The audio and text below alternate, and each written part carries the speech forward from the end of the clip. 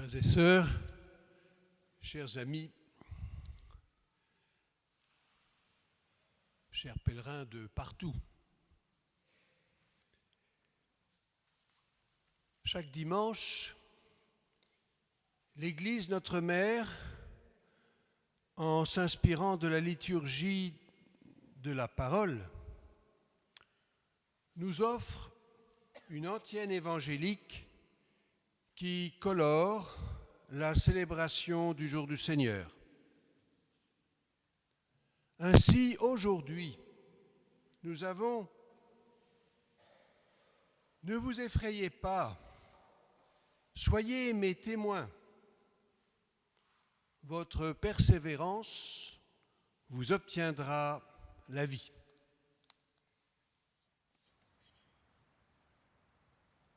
Ne vous effrayez pas. En suivant le regard de Jésus sur la fin des temps, sur les persécutions, les guerres, les catastrophes en tout genre, je pensais à vous, pèlerins de Montligeon.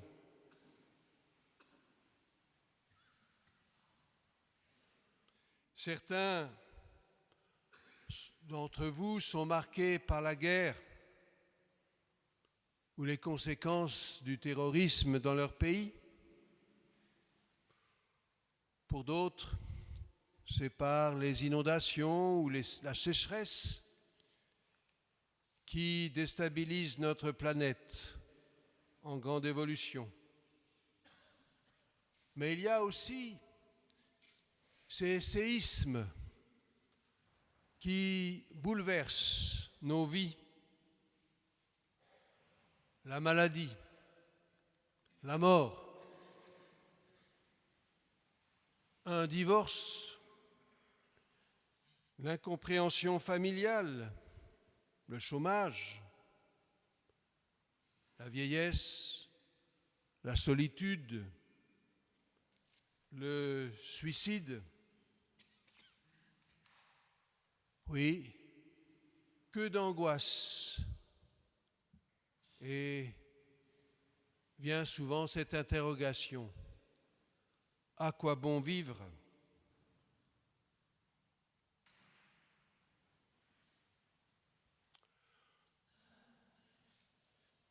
Pour le disciple du Christ, on entend la voix de notre Maître, du Maître. N'ayez pas peur. Je suis avec vous. Mais pourquoi, Seigneur, nous faire connaître la tempête, ce mal qui ronge ? Il y a un mot très important que Jésus emploie de temps en temps. Confiance. Confiance. J'ai vaincu la mort. Ce mot confiance, les disciples l'ont retenu. Ce mot se trouve dans l'Évangile. Ce mot confiance était aussi celui qu'employaient les apôtres pour inviter celui qui, malade, souffrant, tout pécheur qu'il était, n'osait pas s'approcher de Jésus, et eux de dire « Confiance, le Maître t'appelle, approche ».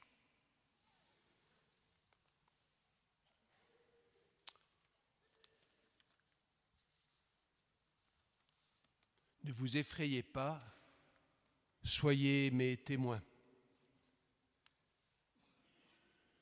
C'est la mission de tout fidèle du Christ. C'est le témoignage de Marie de Magdala, quand elle entendit son nom prononcé par celui qu'elle avait pris pour le jardinier. Elle entendit son nom, Marie. Et elle répondit, le mot a été conservé en hébreu, elle le prononça avec toute tendresse, Rabbouni, mon maître.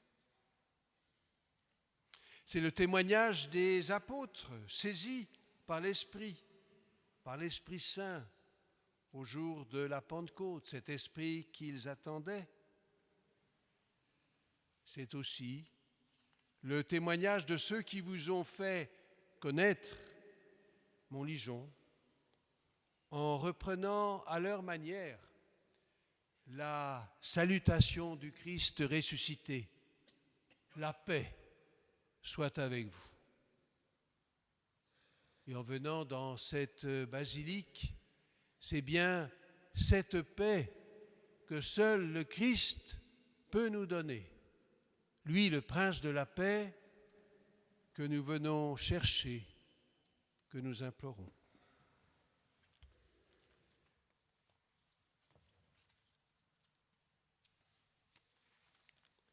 Ne vous effrayez pas, soyez mes témoins, votre persévérance vous obtiendra la vie.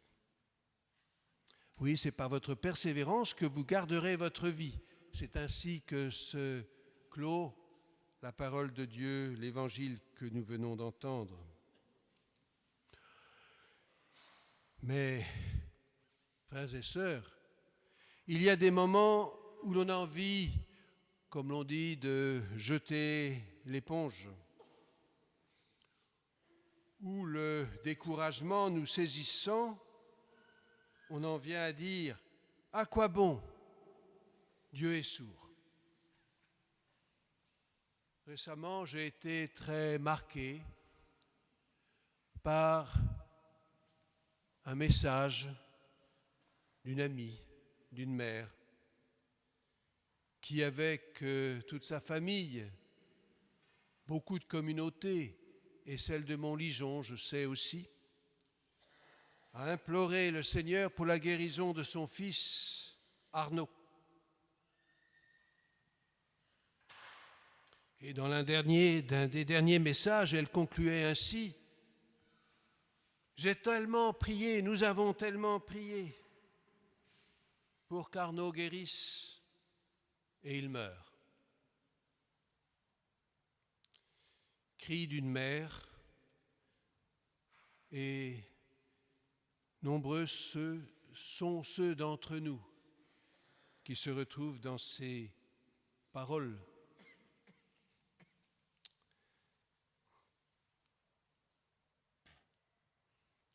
Nous confessons Jésus, vrai Dieu et vrai homme.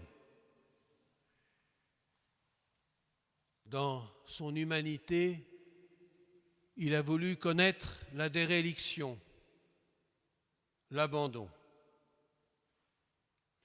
Mais c'est ce qui est très marquant dans son agonie au Jardin des Oliviers. Il a continué à crier, à pleurer, sans perdre de vue son Père.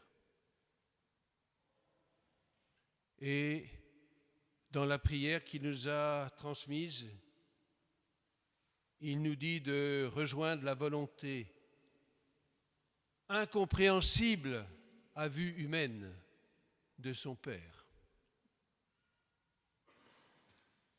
Priez sans cesse, sans vous décourager, nous dit Jésus. Ce qui veut dire demeurez en moi.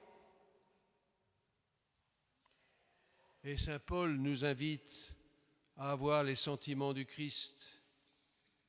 Et où les trouver, sinon, entre autres, dans ce message de feu, dans ces paroles de feu que sont les béatitudes.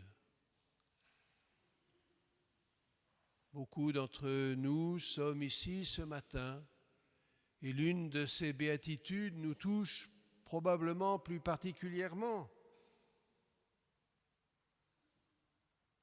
Heureux ceux qui pleurent, ils seront consolés. Et dans l'évangile qui vient d'être proclamé, il y a cette autre béatitude. Heureux qui seront moqués, critiqués, persécutés à cause de mon nom. Et lorsque nous parlons de notre espérance et de notre foi, en dépit des coups durs reçus, c'est souvent l'incompréhension que nous avons, que nous recevons, et pourtant, nous demeurons fermes en celui qui est le roc, qui est la vie, qui est le chemin, et qui ne peut pas nous décevoir. Mais le temps de Dieu, et c'est un grand mystère, n'est pas le nôtre. C'est par votre persévérance que vous garderez votre vie et que par votre prière, vous ferez en sorte que les défunts entrent dans l'intimité de Dieu. C'est ça le ciel. C'est être dans l'intimité de Dieu et donc pénétrer dans cette intimité purifiée de toute souillure. Frères et sœurs, aujourd'hui, c'est par l'intercession de Notre-Dame libératrice que nous prions. C'est pourquoi je vous invite aussi à reprendre l'antienne évangélique de la fête de la Vierge Marie, Mère de Dieu, Mère de l'Église et notre Mère, que nous avons chanté tout à l'heure à l'Aude. À cause d'Ève, la porte du paradis s'est fermée à tous les hommes. Grâce à la Vierge Marie, elle s'est ouverte de nouveau. Dans cette espérance, animée par cette foi et rejoignant l'amour infini de notre Mère, nous continuons notre prière. Amen.